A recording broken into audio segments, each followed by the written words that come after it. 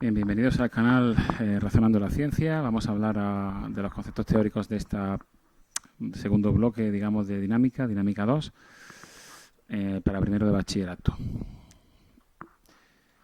Bien, lo que vamos a ver en este segundo bloque de dinámica, ya vimos algunas consideraciones, ¿verdad?, de la ley de Newton y de impulso mecánico, conservación de cantidad de movimiento y todo eso.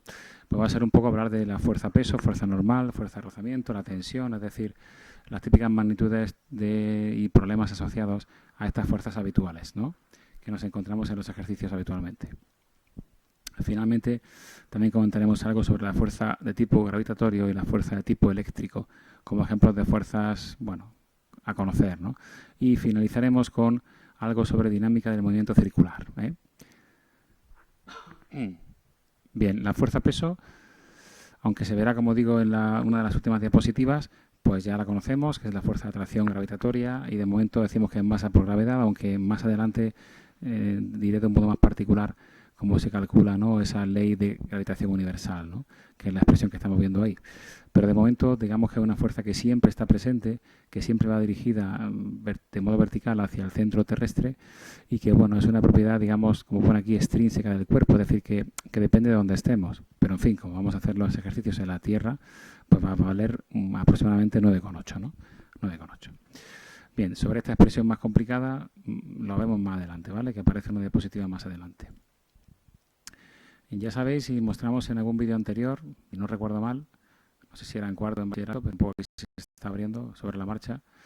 Y, bueno, recordáis que antes de eso, antes de pararme a ver eso, es una animación de Educa Plus, ¿no?, donde vamos a verlo ahora, cuando hablemos un poquito más, ¿no? Bueno, o podemos hacerlo ya, si venga a verlo ya, no pasa nada. Lo vemos sobre la marcha, ¿vale? A ver dónde se ha abierto esto.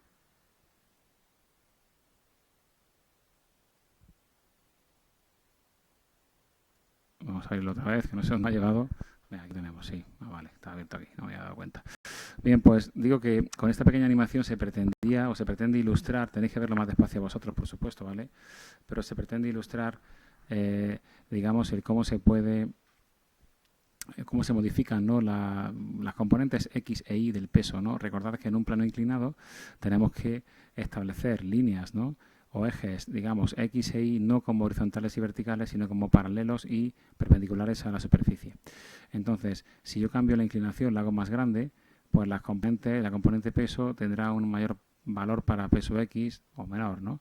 Pero siempre teníamos una componente peso X que siempre, haga lo que haga el objeto, va hacia abajo, en misma dirección de la superficie, y una componente peso Y, ¿verdad?, que siempre va pues sí, ¿no?, como perpendicular a la dirección paralela a la superficie, ¿no?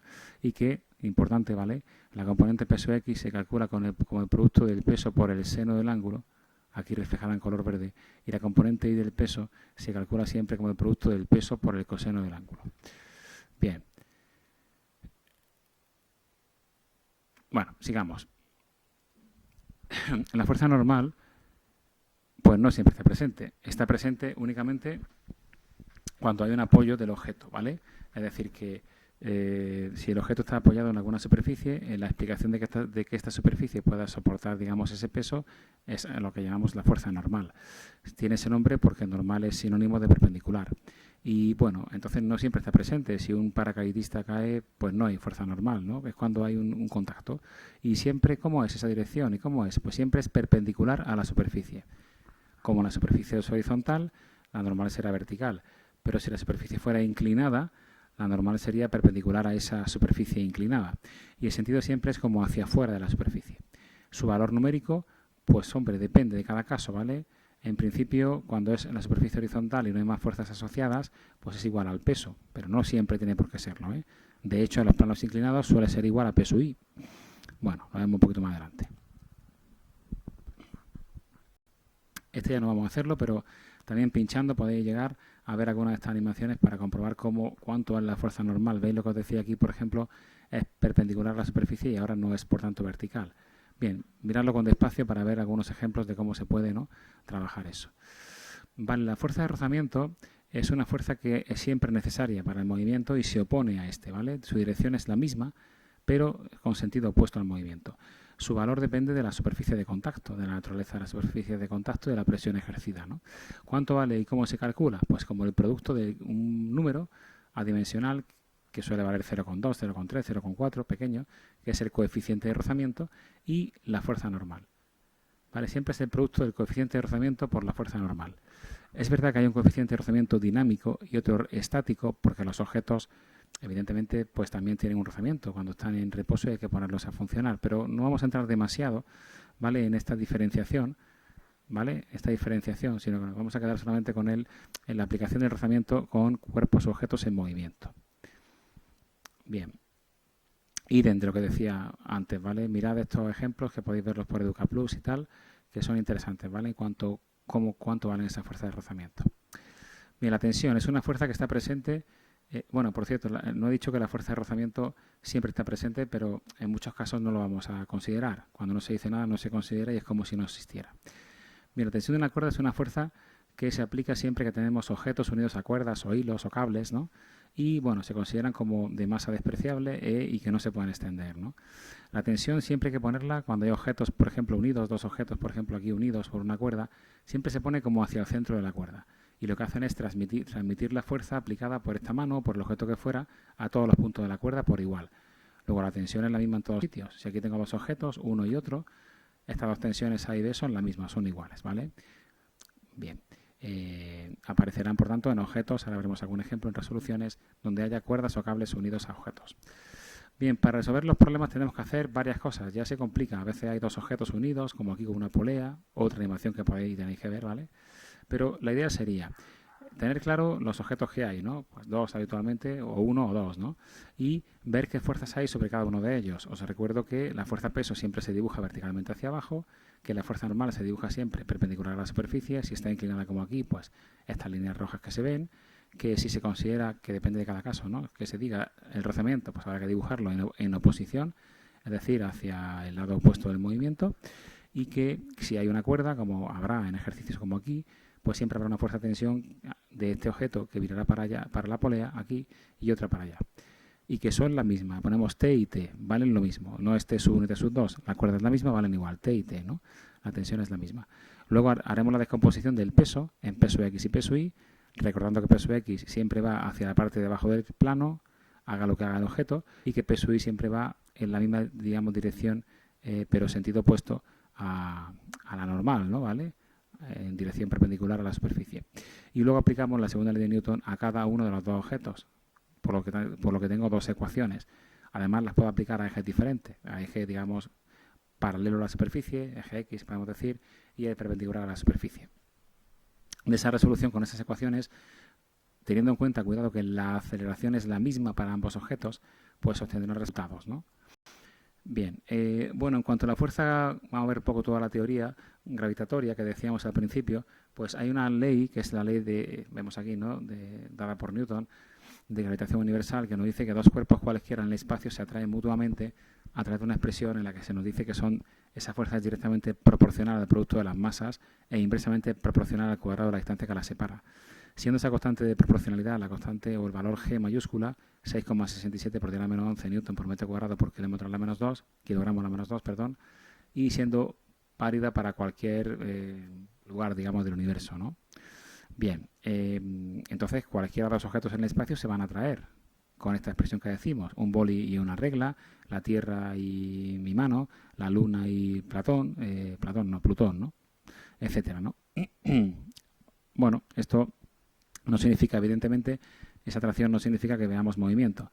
No lo vemos entre dos gomas o dos bolis porque es tan pequeña esa fuerza, haced cálculos si queréis, es tan pequeña que no puede vencer ni la inercia para moverlo ni el rozamiento estático que tiene, ¿no?, el objeto. En cuanto a fuerza eléctrica, es muy parecida. La expresión es una constante que ya no es universal, depende del medio. Si es vacío vale una cosa, si es agua vale otra, si es, no sé, ¿no?, otra sustancia vale otra. Pero es el producto de una constante, 9 por 10 a la 9 si es el vacío, o prácticamente el aire igual, por el producto de las cargas con su signo correspondiente en coulombios, que se mide la carga, entre la distancia que la separa al cuadrado. Aquí la fuerza puede ser de atracción o repulsión, según los signos, ¿no? Si las cargas son iguales no, quiero decir, el mismo signo, se repelen, van a separarse, si son de signo opuesto se van a atraer. En cambio, en la fuerza de tipo gravitatorio, la verdad que siempre es la fuerza de atracción. Y otra diferencia es que como esta constante es muy elevada, pues las fuerzas eléctricas son comparativamente de más intensidad que las gravitatorias. Bien, en cuanto a la dinámica del movimiento circular, hemos hablado del movimiento circular uniforme, ¿no? Y hemos hablado de esta aceleración normal o centrípeta que debéis conocer y recordar. Pero ahora, ¿qué ocurre con la fuerza? Bueno, pues la fuerza centrípeta, que es siempre la masa por la aceleración, en este caso, como es una aceleración centrípeta, será la masa por la velocidad al cuadrado entre el radio. Es decir, que de todas las fuerzas que se os pueden ocurrir, ahora vemos un dibujo en donde esto se representa mejor, pues hay que tener en cuenta que esta fuerza es la responsable, es una fuerza que se aplica de modo radial, siempre tiene dirección radial y sentido hacia el centro de la circunferencia, y es la responsable, digamos, de este movimiento que estamos comentando, ¿no?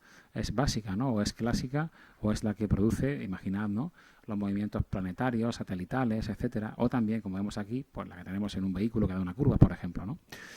Bien, para hacer estos ejercicios que algunos hemos puesto, pues lo que tenemos que hacer, ahora lo vemos como un ejemplo, como digo, es considerar, digamos, la parte del eje normal, lo perpendicular, aplicar la segunda ley de Newton a ese eje normal. Y la suma de fuerzas que tengas ahí, si hay varias, que solamente hemos puesto un caso muy sencillo, pero si hubiera varias, como los peraltes, etcétera, pues sería que esa segunda ley de Newton, esa suma de fuerzas o fuerzas resultantes, será la fuerza centrípeta. Así que las fuerzas que tenga ahí como resultante la igualaré a masa por velocidad al cuadrado entre el radio. Y no vamos a ver de momento nada para la parte del eje, digamos, tangencial, ¿no? Porque no es el objetivo ni vamos a complicarlo tanto. Aquí veis el ejemplo que os decía. Cuando este vehículo da una vuelta, mirad esto también en Educa Plus, ¿vale? Las animaciones, cuando da una vuelta, como digo, está dando vueltas como veis continuamente aquí, pues la fuerza centrípeta que va dirigida hacia el centro, representada aquí con color rojo, la fuerza centrípeta será igual a la masa por la velocidad al cuadrado entre el radio. ¿Y cuál es la fuerza real que yo asumo como esa fuerza centrípeta? Que no es una fuerza nueva, es como la fuerza resultante en ese eje normal. Pues la fuerza de rozamiento.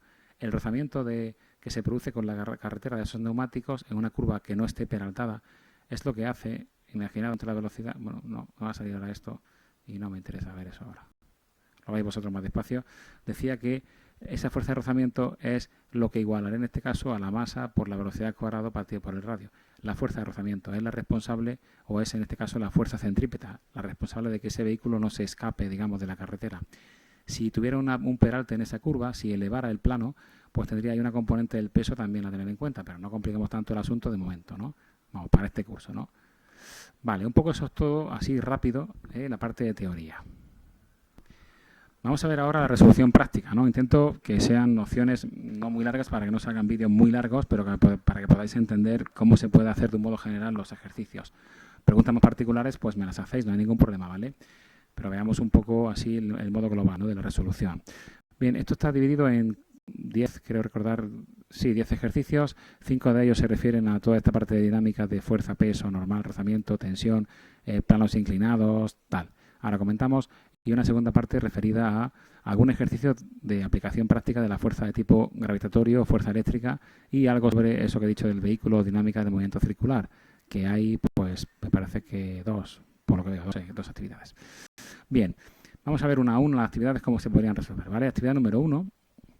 Tenemos un cuerpo que está en una mesa horizontal sin rozamiento y tiramos con una fuerza de 3 newton de él. Queremos saber la aceleración con la que se mueve. Recordad, siempre aplicamos la segunda ley de Newton. Sumatorio de fuerzas o fuerzas resultantes igual a masa por aceleración. Bien, en este caso, como dice sin rozamiento, pues yo tendré únicamente una fuerza, que es esta, la de 3 newtons, que la igualaré a la masa por la aceleración. A ver, vamos a leerlo mejor porque dice, no he leído que tirando de él con una cuerda. O una fuerza, vale, de verdad que no había leído esto de que se tira de él con una fuerza de 3 newtons, perdón, digamos, pero con una cuerda. Bueno, a ver, primero, para aclarar un poco, ¿no? Podéis poner F, podéis poner T, esa fuerza de 3 newtons se transmite, vamos a considerarlo así, siempre se hace de este modo en condiciones ideales, esa fuerza se transmite por igual en todos los puntos de la cuerda y se acaba aplicando directamente a ese cuerpo. Es decir, que ponéis tensión o fuerza si queréis, pero es 3 newtons, tensión está bien, ¿no?, que es la que es responsable en este caso. Vale, el tema es que la única fuerza aquí presente sería la tensión en ese eje. Ya sé que me vais a decir que el peso existe, la normal existe, pero estamos en un eje vertical Recordad que esto se aplica en dos ejes diferenciados, es un modo de hacerlo, y en el eje vertical no hay ningún tipo de movimiento. Voy a tener, si aplico esa segunda ley de Newton, que el peso es igual a la normal y ya está, ¿no? No me va a interesar en este caso utilizarlo, sí la del eje X o horizontal. Por tanto, pondré como segunda ley de Newton aplicada al eje X o horizontal que la tensión, es decir, 3 newtons, es igual a la masa 2 kilogramos por la aceleración. De modo que la aceleración será la tensión entre la masa, 3 entre 2, 1,5 metros segundo cuadrado. Pero, ¿y si la cuerda en vez de tirar de modo horizontal del objeto, yo tiro con un ángulo de 30 grados? No para elevarlo, no consigo elevar verticalmente el objeto, sigo moviéndolo horizontalmente, pero ya no tiro con la cuerda puesta en horizontal, sino con un ángulo de 30 grados. Pues recordad que en este caso lo que tenemos que hacer es considerar o descomponer la fuerza esa de la tensión, en este caso que tendría la tensión, que ya no sería horizontal, sino con un cierto ángulo, en dos componentes, ¿no? Me interesa la componente de la tensión o de la fuerza aplicada que está en el eje X, que sería 3 newtons por el coseno de 30. Pues es como antes, pero haciendo esta salvedad. Es decir, la tensión en el eje X, 3 por el coseno de 30 grados, por favor, calculadoras en modo grados y no radianes, grados sexagesimales. Tensión 3 newtons por coseno de 30, digo, es igual a masa 2 kilogramos por la aceleración. De ahí la despejo y obtengo este nuevo valor. Cuando tengo este ángulo, la tensión es menos efectiva, en la que produce movimiento, por eso baja la aceleración, ¿no? Bien, la actividad 2 dice, para mantener constante la velocidad de un cuerpo de 80 kilos, se le empuja con fuerza de 320 newtons. ¿Cuánto valdrá la fuerza de rozamiento entre el plano y el cuerpo? Obviamente, si queremos que la velocidad sea constante, por tanto, aceleración cero, pues aplicando la segunda ley de Newton, las fuerzas que hacen que se mueva tienen que ser iguales a las que se oponen a que se mueva. Así que si yo empujo con una fuerza de valor 320 newtons, el rozamiento debe valer lo mismo. Si aplico la segunda ley de Newton ahí, sería F menos fuerza de rozamiento igual a 0, pues tiene que ser igual una a otra, ¿no? Es lo que estoy diciendo. Bien, B, ¿cuánto vale el coeficiente de rozamiento cinético? Como recordad, la fuerza de rozamiento es igual al coeficiente de rozamiento cinético, esa letra un poco rara griega con una U con un palito más largo. Repito, la fuerza de rozamiento es igual al coeficiente de rozamiento por la fuerza normal. Pues yo podría calcular este coeficiente de rozamiento dividiendo la fuerza de rozamiento entre la normal. Bien, ¿y cuánto vale aquí la normal? Pues ahora tengo que recurrir al eje vertical. En un objeto que está así posicionado en una superficie horizontal, que se está moviendo horizontalmente pero no se mueve verticalmente, pues el peso es igual a la normal. Por tanto, repito, el coeficiente sería la fuerza de rozamiento, 320 entre la fuerza normal, que como es el peso será masa por gravedad, es decir, 80 por 9,8, eso nos da 0,4. Recordad que el coeficiente es un número siempre de este valor, 0,3, 0,4 y adimensional. ¿Y con qué fuerza habría que empujarlo para que se moviera con una aceleración de 0,2 metros por segundo cuadrado? Bien, pues aplicando la segunda ley de Newton al eje horizontal, la fuerza menos la fuerza de rozamiento sería igual a la masa, 80 por la aceleración 0,2. De ahí despejamos la fuerza, conocido que el rozamiento ya sabemos que es este, no cambia, el rozamiento no cambia porque no hemos cambiado los materiales ni la forma en la que hemos cambiado la situación, vale lo que antes. Por tanto, la fuerza sería, pasando al otro miembro, ¿no? Lo que estoy diciendo, la fuerza sería el valor de la fuerza de rozamiento, 320 más la masa, 80 por la aceleración 0,2. Vamos al 3. Un cuerpo de 2 kilogramos de masa se encuentra en un plano de 30 grados inclinado. Algo parecido a esto que veis aquí en el 4, pero con un solo objeto, ¿no? Un solo objeto que vamos a soltarlo para que baje por el plano, ¿vale? Bien, ¿cómo se calcula la aceleración? Bien, cuidado. Para la situación de planos inclinados tenéis que hacer, bueno, para el eje paralelo a la superficie ya no se hace en eje vertical horizontal. Para el eje paralelo a la superficie, estoy en el 3 todavía, tenemos que hacer la segunda ley de Newton. ¿Cómo sería? Venga, pues las fuerzas serían, a ver, tendríamos el peso hacia abajo, la fuerza normal perpendicular a la superficie, una fuerza de rozamiento que iría hacia la parte ascendente del plano, y ahora esa fuerza peso debo descomponerla, la quito y en su lugar la descompongo en la componente peso X que iría hacia la parte de abajo del plano y la componente peso Y que iría en dirección perpendicular entrante, digamos, al plano. Bien, por tanto, aplicando la segunda ley de Newton, apartado A, esta situación que nos dice, pues tendría que fuerzas que favorecen el movimiento, P sub X, menos fuerzas que se oponen, fuerza de rozamiento, es igual a masa por aceleración. Es decir, P sub X menos fuerza de rozamiento es igual a masa por aceleración. Bien, P sub X, recuerdo que se calcula como el peso, es decir, masa por gravedad por el seno del ángulo, seno de 30, y la fuerza de rozamiento se calcularía como el producto del coeficiente de rozamiento por la fuerza normal. El coeficiente es 0,2 y la fuerza normal, cuidado, en este caso no es igual al peso, sino, fijaros en el dibujo, tenéis que hacerlo, ¿vale? es igual la normal a la componente y del peso. La componente y del peso que se calcula como el peso, es decir, masa por gravedad, por el coseno del ángulo. Bien, pues hacemos esta diferencia de peso X menos fuerza de rozamiento, como he dicho, y eso lo igualamos a la masa, que es 2, por la aceleración, de donde si la despejamos obtendríamos 3,2. Y B, la fuerza que deberíamos hacer sobre él para que descienda con velocidad constante. Sabemos que desciende acelerando. Si queremos que descienda con velocidad constante, habrá que hacer una fuerza con sentido ascendente, ¿vale? Entonces la segunda ley de Newton en este caso se convertiría en, bueno, ya elegimos, estamos descendiendo, pues seguimos viendo, ¿no?, las fuerzas que van a hacer que desciendan, peso X menos fuerza de rozamiento y menos F, igual a masa por aceleración, que es 0. Es decir, fuerza, repito, peso X menos F menos fuerza de rozamiento igual a 0. Y de ahí despejo la fuerza que me dará pues el valor que aparece. Bien, en el caso cuarto del ejercicio cuarto ya tenemos no uno sino dos objetos unidos. Entonces se complica porque es doble el trabajo, hay que hacer la ley de Newton a los dos objetos por separado y también porque hay una cuerda. Y esta cuerda hace que aparezca la tensión, tanto en un objeto como en otro, siendo la misma. Pero aclaro, ¿cómo serían las fuerzas en cada objeto? Bien, pues serían peso X, sentido paralelo, no, dirección paralela al plano, sentido descendente, siempre descendente, peso X, haga lo que haga el objeto 1, peso X, tendría la fuerza normal perpendicular a la superficie y saliente de la misma, la fuerza peso que quedaría descompuesta en, como he dicho, peso X, ya lo he comentado, y peso Y, que iría en dirección perpendicular a la superficie, sentido hacia dentro del plano, y la tensión, que antes no tenía porque no había cuerda, ahora sí la tengo, la tensión que la pondría sobre la cuerda hacia la polea. La llamo T, ¿no? Repito, peso X para acá, peso Y para acá, así para abajo, normal para arriba y tensión para allá. Como no dice que se considere, por lo que veo, rozamiento, pues no pongo nada de rozamiento. Y en el objeto 2, cuidado, no hay fuerza normal porque no hay contacto. Tengo el peso hacia abajo del objeto 2 y la tensión hacia arriba. ¿Vale? Ahí no descompongo nada. Peso hacia abajo, tensión hacia arriba.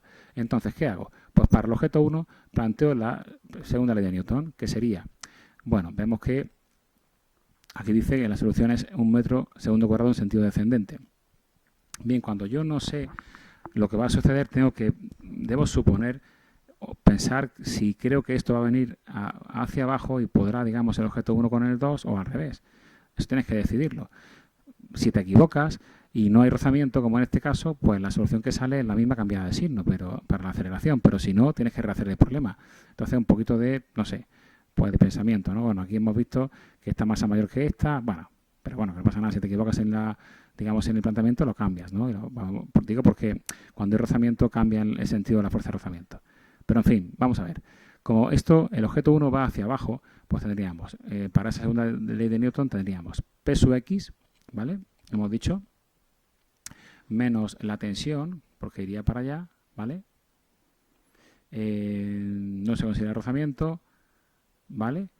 Pues ya está, peso X menos la tensión igual a la masa 1, 30 kilos por la aceleración.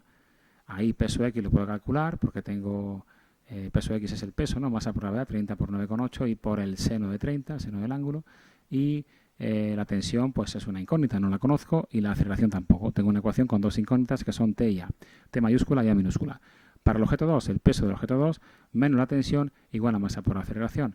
Bien, como este objeto se mueve en sentido descendente, el objeto 2 se moverá en sentido ascendente. Entonces, para seguir un criterio coherente, pues lo que vamos a hacer es, primero, la fuerza que hace que suba, tensión, pues tensión menos peso, 2, igual a masa por aceleración. T es una incógnita, el peso de 2 sería masa 20 kilos por G, ¿no? 9,8, igual a masa 20 kilos por la aceleración. Ya tengo dos incógnitas, T y A, pero con dos ecuaciones. Hago un sistema de ecuaciones y saco tanto A como T, que no sabrán estos valores. Bien, el caso quinto es parecido, solo que hay dos planos inclinados a considerar. Entonces, apartado A, sin considerar rozamiento, tendría para el objeto A, pues tendría, perdón, peso X que va para acá, tensión que iría hacia arriba, normal que va para allá y peso Y para acá. Y aquí igual, peso X para abajo, normal para arriba, peso Y para allá y tensión para acá. Y si tengo en cuenta el rozamiento, pues como esto va en sentido antihorario, es decir, para acá, tendría rozamiento en el objeto A hacia la polea y rozamiento hacia abajo en el objeto B. Bien, perdón. Entonces, lo mismo, planteamos la segunda ley de Newton a cada objeto, hacerlo tranquilamente, ¿no?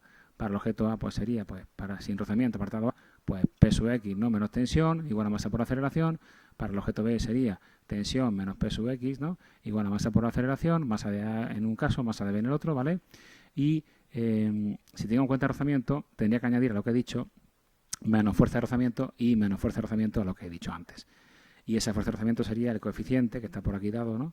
0,1 por la normal, que sería peso I en un caso y en otro. Ángulos diferentes, pues peso X y peso Y en cada caso con ángulos diferentes. Bueno, lo vamos haciendo a ver qué nos va saliendo. Y en estos ejercicios, como digo, pues bueno, no son tan complicados. Mirad, para el 6, por ejemplo, para saber la fuerza de atracción entre Sol y Tierra o Tierra y Luna, haría la G mayúscula, que está aquí dada como un dato, aquí puesta arriba, ¿no? Multiplicada por la masa del Sol y de la Tierra, o masa de la Tierra y de la Luna en el caso del apartado B, entre la distancia entre el Sol y la Tierra, o Tierra y Luna para el apartado B, al cuadrado. Y eso nos da estas fuerzas que veis aquí. En cuanto al segundo, es una sonda, la sonda Mars Pathfinder, pero da igual lo que sea, es un objeto, ¿vale? El peso de la sonda en la superficie de Marte, pues el peso será la masa de la sonda, 100 kilogramos, por la gravedad en Marte. La gravedad en Marte es 3,7, pues 100 por 3,7 ya lo tengo. La fuerza gravitatoria entre Marte y la sonda cuando se encuentra a 1000 kilómetros de la superficie. Bien, este valor de G 3,7 lo puedo usar cuando estamos en la superficie. Si estamos a 1000 kilómetros ya no puedo utilizarlo. ¿Qué haré? La expresión completa. La constante G mayúscula, que está por aquí he dicho, ¿vale? Por la masa, fijaros, de Marte, ¿no? Que está por aquí dada, ¿vale? Por la masa de la sonda, 100 kilogramos, entre la distancia. ¿Cuál es la distancia que hay completa? El radio de Marte, 3.400 más la altura, que es 1000, es decir, 4.400 es lo que pondría como distancia R al cuadrado en el denominador. En cuanto al 8, es de fuerza eléctrica, pues habría que multiplicar la constante, que está por aquí dada, ¿vale? En el vacío, este valor, por el valor de las cargas, que serían 2 y 5, recordad, en microcoulombios son 10 a la menos 6 coulombios, y entre la distancia, que es 10 centímetros en metros al cuadrado. Y sacaría la fuerza de atracción entre esas cargas. Y en cuanto al 9 y el 10, pues serían un poco de la dinámica del movimiento circular. Vamos a intentar no extenderme mucho en este vídeo, pero hay que contarlo, ¿vale? A ver, dice el 9, un pequeño bloque de 1 kilo de masa se ata a una cuerda de 60 centímetros y se gira a esta velocidad angular. Bien. Calcular la tensión cuando el bloque está en el punto más alto o más bajo. Bueno, ni siquiera es de dinámica, pues es de dinámica evidentemente, pero no es tan complejo o tan elaborado como va a ser el 10. Ahora vemos por qué, ¿no? Bien, ¿qué hacemos? Pensar lo que estamos diciendo. Atamos una cuerda a un objeto y le damos vueltas. ¿Qué pasa en el punto más alto? En el punto más alto, pensando un momento, tendría el peso dirigido hacia abajo, pero la tensión estaría dirigida también, pero no, y además la tensión también estaría dirigida hacia abajo. Mientras que en el punto más bajo de la trayectoria el peso siempre va hacia abajo, también se dirigiría hacia abajo, pero la tensión se dirigiría hacia arriba. Es decir, que en el punto más alto de la trayectoria la tensión y el peso van hacia el mismo lado, hacia la parte negativa del eje Y, mientras que en el punto más bajo de la trayectoria el peso va hacia abajo, pero la tensión hacia arriba. Bien, entonces, ¿cómo se calcula esto? Bueno, pues en el punto más alto de la trayectoria, recordad un poquito lo que hemos dicho, ¿vale? La fuerza centrípeta es un poco la resultante de las fuerzas que tengamos en esa dirección radial. Entonces, en el punto más alto de la trayectoria tendría, como he dicho, el peso más la tensión, peso más tensión, que es la fuerza centrípeta, peso más tensión es igual a masa por velocidad al cuadrado entre el radio. La velocidad al cuadrado la saco de aquí, recordad cómo se pasaba esto a radianes por segundo, y multiplicado por el radio en metros me da la velocidad lineal, y una vez que tenga eso, de ese producto de masa por velocidad al cuadrado entre el radio, eso lo igualaré a peso más tensión, y la tensión será, pues, despejando de esa expresión, el peso menos, no, el peso que será, pues, 1 kilo por 9,8 menos esa masa, que también es 1 kilo, ¿no?, por velocidad al cuadrado entre el radio. Y en el caso del punto más bajo hacemos lo mismo, pero en vez de poner como fuerza centrípeta peso más tensión, ahí tendremos que poner, porque la fuerza que va hacia la parte del centro es la tensión, tensión menos peso. Si pongo peso más tensión, hago el apartado A. Si pongo tensión menos peso, igual a masa por velocidad al cuadrado entre el radio, hago el apartado B. Y así nos sale pues, un poco lo que estamos viendo, ¿no?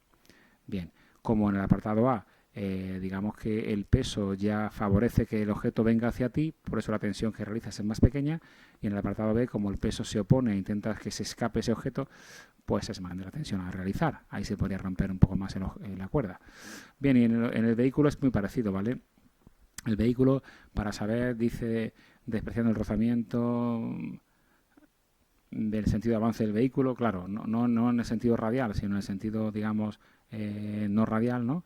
Dice calcular la velocidad máxima, pues un poco parecido, mirad. La fuerza centrípeta sería la fuerza de rozamiento, entonces pondríamos que la fuerza centrípeta o fuerza de rozamiento, es decir, el coeficiente de rozamiento 0,4 por la fuerza normal, es decir, el peso masa 800 por gravedad 9,8, tiene que ser igual a la masa 800 por la velocidad al cuadrado entre el radio, que es 100 metros, y de ahí despejo la velocidad. Repito, la fuerza centrípeta es la fuerza de rozamiento. Luego calcula la fuerza de rozamiento a través del producto del coeficiente de rozamiento por la fuerza normal, que es el peso, e igualalo a la masa por la aceleración centrípeta, es decir, a la masa por la velocidad al cuadrado entre el radio. Y así obtenemos este resultado. Bueno, pues ya nos vemos con preguntas en el foro o lo que necesitéis, digamos, ¿vale? A cualquier sesión presencial que hubiera que hacer o lo que sea, pues no hay ningún problema. Pues nada, venga, un saludo para todos, ¿eh? Nos vemos.